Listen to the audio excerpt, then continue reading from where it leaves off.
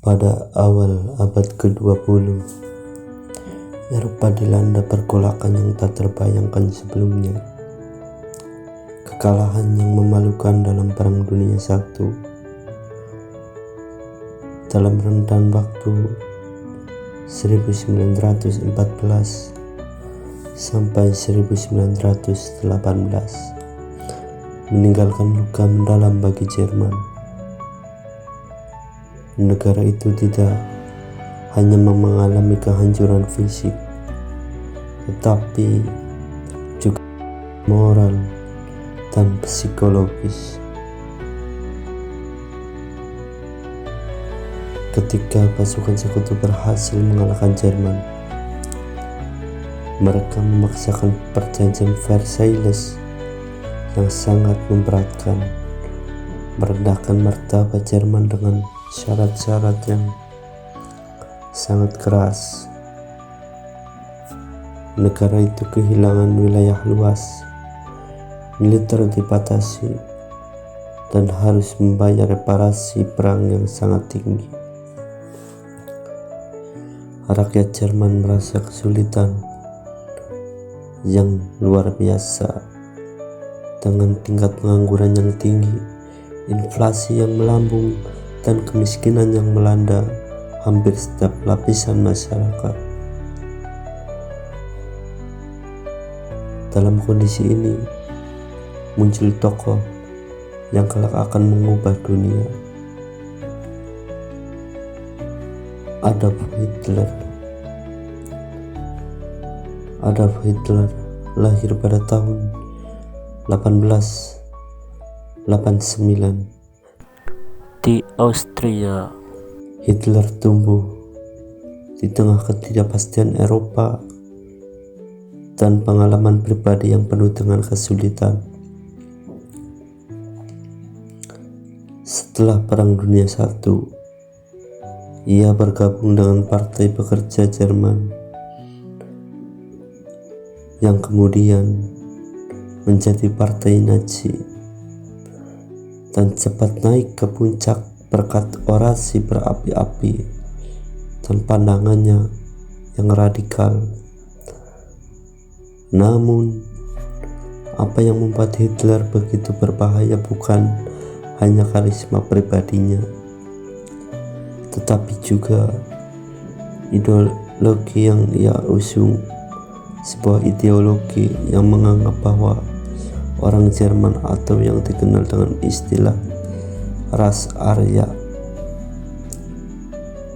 yang berarti ras yang superior, dan bahwa bangsa-bangsa lain terutama Yahudi adalah ancaman bagi kemurnian dan kejayaan bangsa Jerman. Untuk memahami bagaimana Hitler mengarahkan kebencian pada kaum Yahudi, kita harus menelusuri pandangan rasial yang berkembang di Eropa pada masa itu. Sejak abad ke-19, teori rasial pseudo-scientific mulai berkembang pesat, yang menilai kelompok-kelompok manusia berdasarkan ras dan etnis mereka. Ras Arya dianggap sebagai ras unggul, sementara ras lainnya termasuk orang Yahudi dianggap lebih rendah. Pandangan ini diadopsi oleh banyak pemikir dan politisi, dan semakin mendalam setelah Perang Dunia I.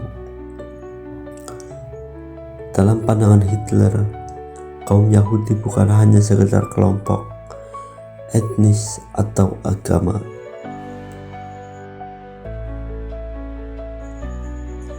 tetapi mereka dianggap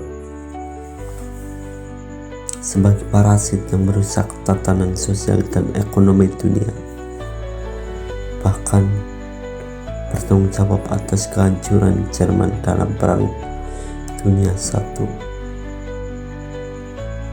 Hal ini tercermin jelas dalam buku Mein Kampf yang ditulis oleh Hitler pada tahun 1925. Dalam buku tersebut, Hitler mengembangkan ideologi antisemit yang sangat dalam, menggambarkan orang Yahudi sebagai musuh utama bangsa Jerman.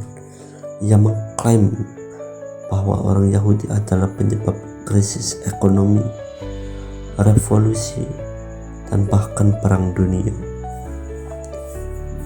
Bagi Hitler, kebangkitan Jerman hanya mungkin terjadi jika mereka dapat membersihkan diri dari pengaruh orang Yahudi yang menurutnya adalah musuh utama bagi kemajuan dan kemurnian ras Arya. Ketika Hitler menjadi kanselir pada tahun 1933, ia segera mulai menerapkan kebijakan antisemit secara sistematis, mulai dari diskriminasi sosial dan ekonomi hingga kebijakan yang mengusir orang Yahudi dari berbagai lapangan pekerjaan, media, dan pendidikan. Undang-Undang Nuremberg yang diterbitkan pada tahun 1935 mengukuhkan status hukum diskriminatif terhadap orang Yahudi. Orang Yahudi diperlakukan sebagai warga negara kelas 2 dengan hak-hak dasar mereka dicabut satu persatu. Namun, kebijakan ini tidak cukup bagi Hitler. Ia percaya bahwa untuk mengembalikan kejayaan Jerman, orang Yahudi harus dihapus dari bumi, tidak hanya dipinggirkan. Pemikiran ini semakin menguat ketika Hitler mendirikan negara totaliter yang mengendalikan hampir setiap aspek kehidupan masyarakat. Nazi menggerakkan mesin propaganda mereka untuk menyebarkan kebencian terhadap Yahudi, menciptakan citra mereka sebagai musuh negara yang harus dihancurkan. Media massa, film, dan poster-poster propaganda yang disponsori negara memanipulasi opini publik, membentuk persepsi bahwa orang Yahudi adalah sumber dari segala keburukan yang terjadi di dunia ini. Perang Dunia II yang dimulai pada tahun 1939 memberikan kesempatan bagi Hitler untuk melaksanakan rencana dengan lebih agresif. Ketika Jerman mulai menaklukkan lebih banyak wilayah Eropa, kebijakan antisemit mereka menjadi lebih brutal. Pada tahun 1941, Nazi mulai solusi akhir Endlösung, sebuah propaganda yang bertujuan untuk memusnahkan seluruh populasi Yahudi Eropa. Kamp-kamp konsentrasi seperti Auschwitz, Treblinka, dan Sobibor dibangun untuk tujuan yang mengerikan ini. Orang-orang Yahudi dipaksa masuk dengan cara yang kejam, baik melalui gas beracun, tembakan, kelaparan, atau kerja paksa yang melelahkan.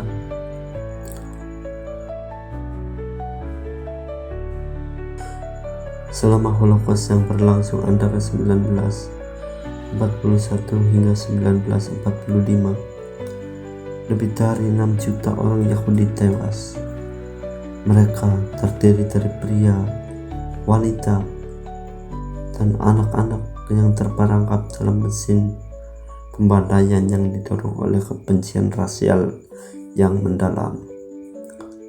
Pembantaian ini bukan hanya soal pembunuhan massal, tetapi juga merupakan penghapusan total terhadap sebuah budaya, tradisi, dan kehidupan yang telah ada selama ribuan tahun.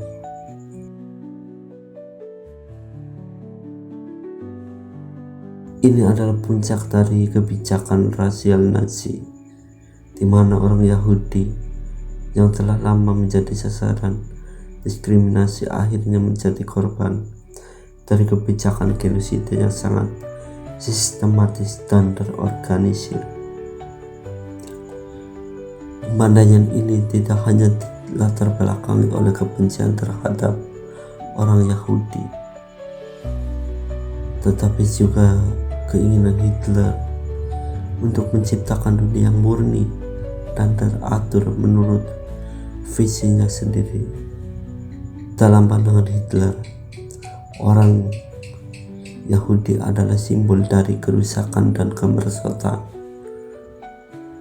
Dengan membasmi mereka, ia yakin Jerman dapat membangun dunia yang sesuai dengan ideal rasialnya.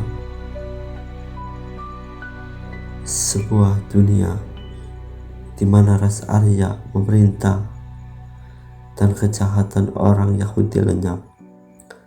Namun meskipun kebijakan ini menghasilkan kehancuran yang luar biasa, ideologi Hitler akhirnya gagal. Jerman kalah perang dunia II pada tahun 1945,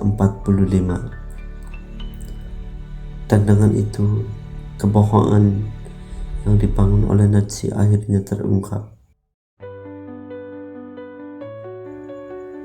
Holocaust sebagai salah satu tragedi terbesar dalam sejarah umat manusia meninggalkan warisan yang tak terhapuskan, tidak hanya bagi kaum Yahudi tetapi bagi seluruh dunia. Mengapa Hitler membantai kaum Yahudi? Jawabannya bukan hanya sekedar kebencian pribadi atau ketidakpuasan terhadap satu kelompok tertentu. Itu adalah bagian dari ideologi yang lebih besar, sebuah upaya untuk menciptakan dunia berdasarkan prinsip-prinsip yang sangat merusak dan radikal, sebuah upaya penganut pemahaman tentang superioritas rasial yang mengarah pada genosida, yang menimbulkan penderitaan luar biasa bagi jutaan orang. Holocaust mengingatkan kita akan bahaya dari kebencian yang dipupuk dengan propaganda dan ideologi ekstrim. Ini mengajarkan dunia untuk selalu waspada terhadap kekuatan-kekuatan yang dapat memanipulasi kebencian dan ketakutan demi tujuan-tujuan yang sangat merusak. Terima kasih.